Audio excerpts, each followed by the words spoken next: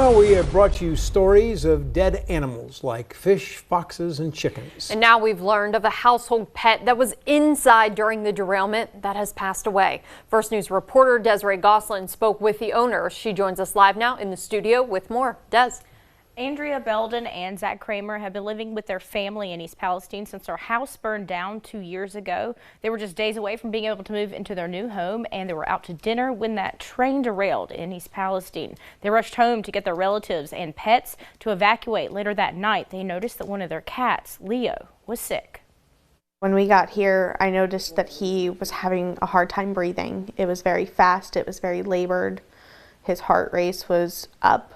I thought that he was just having a panic attack. They gave Leo food and water and let him rest, but when they checked on him in the morning, he had not moved all night. They immediately took him to an emergency vet clinic in Pittsburgh. They started to tell me, well, it seems to be run-of-the-mill congestive heart failure. Vets put Leo on medicine to remove fluid around his heart and lungs, but it wasn't working. Blood work tests show his liver enzymes were about 7 times higher than normal. According to documentation from Pittsburgh Veterinary Specialty and Emergency Clinic, who treated Leo, they believe the cat's condition, quote, could be due to vinyl chloride gases, which are known to cause heart, respiratory, and liver issues in humans. They said, well, it must have been vinyl chloride poisoning that exacerbated his heart condition, because they think that he had a genetic heart condition beforehand that was underlying that may not have been triggered without the vinyl chloride. When their vet bills climbed to more than $10,000, Belden and Kramer were forced to put down their cat rather than let it suffer. They asked for emergency aid from Norfolk Southern while the cat was still alive, but they were denied. Norfolk Southern told me